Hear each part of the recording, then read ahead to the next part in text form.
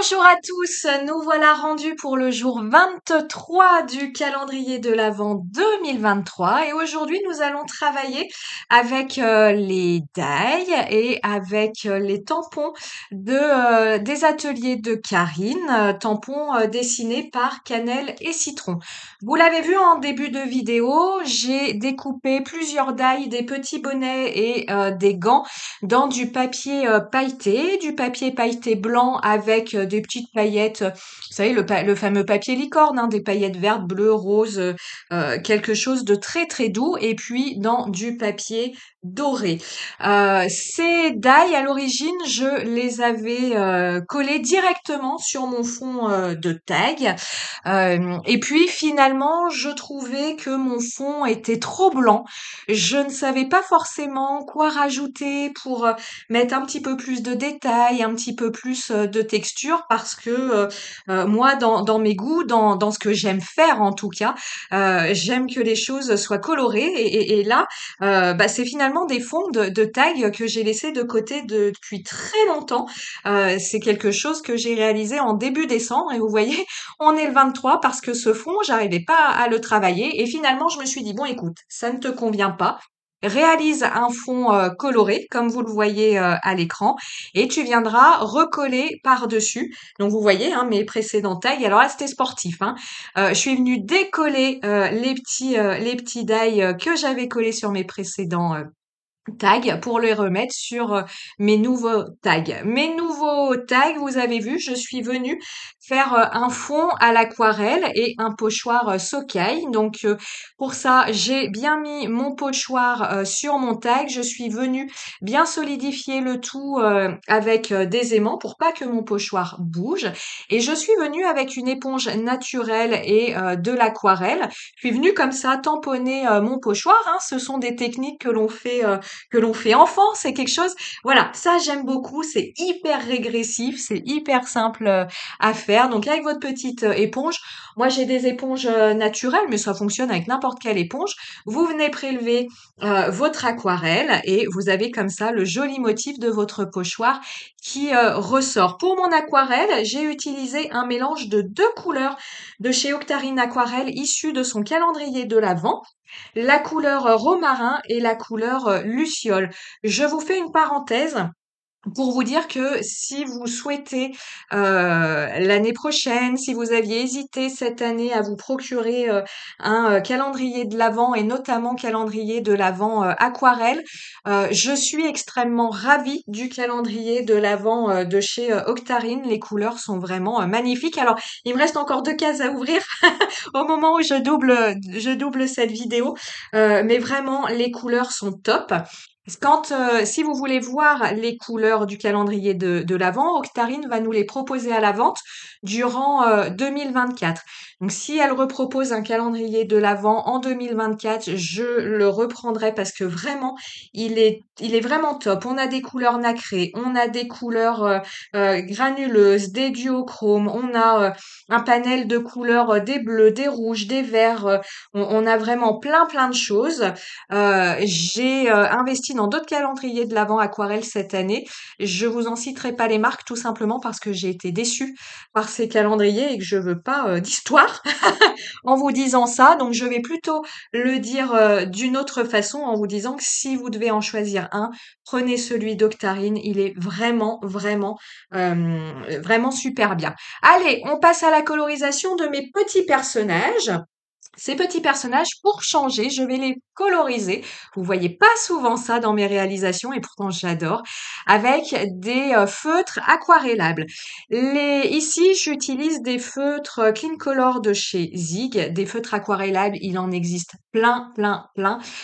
Pourquoi j'ai utilisé ces feutres-là? Tout simplement parce que je viens de réaliser leur nuancier. Donc, je les avais sous la main et les couleurs correspondaient parfaitement à ce que je souhaitais faire. C'est pour ça que j'utilise ceci.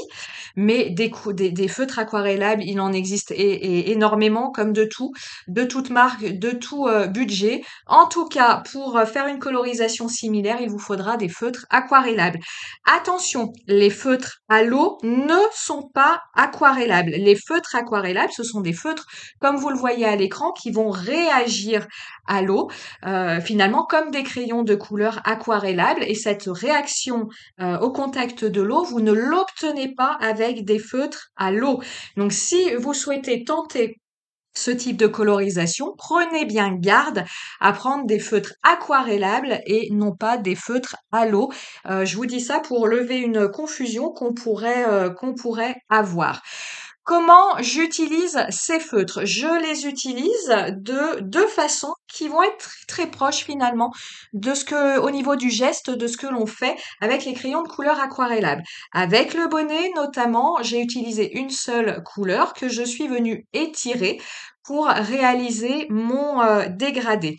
Pour le pelage de mon petit lapin, ici, j'ai utilisé deux couleurs.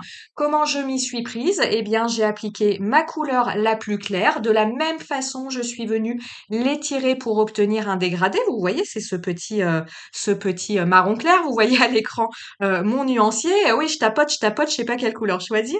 Euh, donc, je disais ma couleur la plus claire, je viens l'étirer. Je n'attends pas que ce soit sec. Je viens appliquer ma couleur la plus foncée là où je souhaite réaliser un ombrage. Et cette couleur la plus foncée, je viens également l'étirer et je viens, comme c'est encore humide, la mélanger avec ma couleur la plus claire directement sur mon papier pour obtenir comme ça un dégradé harmonieux. Je ne vous cache pas qu'il faut un petit peu de technique pour réaliser un dégradé au feutre aquarellable avec plusieurs couleurs. Avec une couleur, c'est assez simple et je vous encourage à, comme vous l'avez vu à l'écran, à réaliser vos nuanciers de couleurs parce que lorsque vous allez réaliser ce nuancier en réalisant un dégradé, eh bien, au bout de plusieurs cases, le geste, il va être acquis. Avec deux ou trois couleurs, c'est un petit peu plus technique, mais c'est comme tout. Avec de l'entraînement, on y arrive très très bien. Les choses à savoir, c'est que pour réaliser un joli dégradé, que ce soit à une ou deux couleurs, il ne faut pas attendre que votre feutre soit sec. Si votre feutre sera sec, il sera beaucoup plus difficile à réactiver avec de l'eau que si il est encore humide. Donc, ne faites pas votre colorisation, allez pas étendre votre lessive pour revenir après, faites votre colorisation. Il faut vraiment tout faire d'un trait. Je vous dis ça parce que parfois, quand j'ai fait mon nuancier, j'ai été interrompue et lorsque je revenais derrière et que mon crayon avait séché, c'était vraiment, vraiment galère pour le réactiver. Ça se fait, il se réactive, hein, il se réactive, mais lorsqu'on le laisse sécher, on a la démarcation entre l'endroit où j'avais appliqué mon feutre et mon dégradé, ce qui est vraiment pas très heureux comme résultat. Donc, on ne laisse pas sécher son crayon. Et en même temps, à contrario de ce que je vous ai dit avant, une fois que votre dégradé est fait, évitez de revenir le toucher après parce que votre crayon, votre feutre aquarellable va se réactiver si vous repassez de l'eau par la suite. Alors, il va se réactiver un petit peu, pas forcément énormément, énormément, en tout cas avec les feutres que j'utilise ici, mais suffisamment pour pouvoir gâcher votre travail. Donc voilà, faites votre dégradé quand ces feutres sont humides, mais une fois que votre colorisation vous plaît, vous n'y touchez plus. Mon fond de carte, parce que j'aime quand c'est texturé, je suis venue mettre des petites étoiles à l'aquarelle. On va être tous d'accord. J'aurais pu éviter, c'est pas foufou. J'aurais pu faire juste des petites projections ou rien, parce que finalement c'était très très bien sans rien. Mais voilà, des fois on s'emballe, hein, on s'emballe. Et puis on fait l'ajout de trop. Bon, hein, c'est pas très grave. Mes petites étiquettes pour qu'elles soient fondues pas avec mon tag, eh bien je suis revenue faire un fond à mes étiquettes comme j'ai fait pour mon fond de tag pour que ces petites étiquettes ressortent. Par contre de mon tag, eh bien je suis venue passer le tour à la Versa Magique et c'est la couleur euh, brise de mer. Oui, c'est ça. Et puis pour rappeler cette couleur, je suis revenue également la passer en bas de mon tag. Et bien voilà, on arrive à la fin de cette réalisation. Vous voyez le papier pailleté là dont je vous parle, couleur licorne, c'est vraiment très très sympa. Il en existe dans plein de marques différentes. Et voilà, là, de près, la colorisation au feutre aquarellable, ce qu'elle donne, moi j'aime beaucoup. Donc vous en verrez d'autres passer par ici. Je vous en profite pour vous remercier d'avoir été présent tout au long de ce calendrier de l'Avent, pour vos nombreux messages. Même si je n'y réponds pas tout de suite, j'y réponds toujours et ça me fait très très plaisir. Même si c'est juste un petit cœur, même si c'est juste me dire toujours très joli, même si c'est juste un petit mot, ça me fait très très plaisir. Je vous souhaite une bonne fin d'année et on se dit à très très bientôt pour une année 2024 pleine de couleurs et de créativité. Ciao ciao!